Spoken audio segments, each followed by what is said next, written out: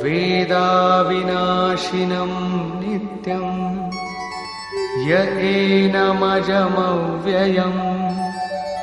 कथं स पुरुषः पार्थ कं घातयति हन्तिकम्। পার্থিব দেহকে রথ করে ব্রহ্মরূপ লক্ষ্যতে অনন্য দৃষ্টি সম্পন্ন পৃথাপুত্র অর্জুন, যে পুরুষ এই আত্মাকে নাশরহিত, নিত্য, অজন্মা ও অব্যক্ত বলে জানেন, সেই পুরুষ কি প্রকারে কারো হত্যা করেন বা কারো হত্যা করান?